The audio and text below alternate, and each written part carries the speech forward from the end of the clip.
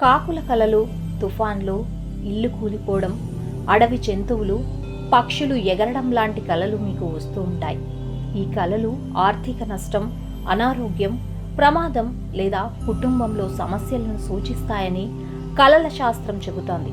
మరి అదేంటో ఇప్పుడు తెలుసుకుందాం. మనకు నిద్రలో వచ్చే కలలన్నీ కూడా అసంకల్పిత మనసులోని చిత్రాలు. కలల శాస్త్రంలో మనం చూసే ప్రతి కలకి ఓ అర్థం ఉంటుంది. అలాగే కొన్ని కలలు మన భవిష్యత్తులో జరిగే అరిష్టమైన సంఘటనలను సూచిస్తాయి. మీ కలలో చాలా రకాల సంఘటనలు మీకు కనిపించి ఉంటాయి. కాబట్టి ప్రతి కలకు ఉండే స్వంత అర్థం ఏంటి, శుభమా లేదా అశుభమా, ఇక్కడ తెలుసుకుందాం. కలలో కాకిని చూడడం అశుభం. ఇది భారీ ప్రమాదాన్ని సూచిస్తుంది. ఎవరి మరణ వార్త అయినా వినే అవకాశం ఉంది.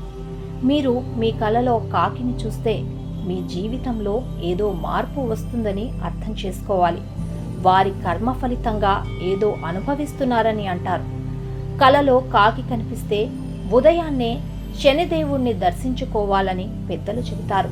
అలాగే మీ కలలో నల్లటి వస్త్రాలు లేదా ఎక్కువగా నల్లని దుస్తులు ధరించే వ్యక్తి కనిపిస్తే అది అనారోగ్యానికి సంకేతంగా పరిగణిస్తారు. తుఫాను లేదా ఇల్లు కూలిపోతున్నట్లుగా కలలు కంటే దురదృష్టం నీడలా మీపై ఉంటుందని అర్థం.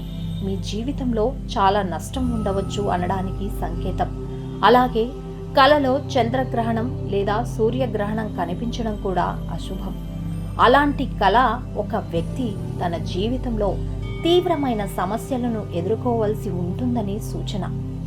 కలలో అడవి జంతువులు వెంబడించే దృశ్యాలను చూడడం ప్రతికూల ఫలితాలకు సంకేతం.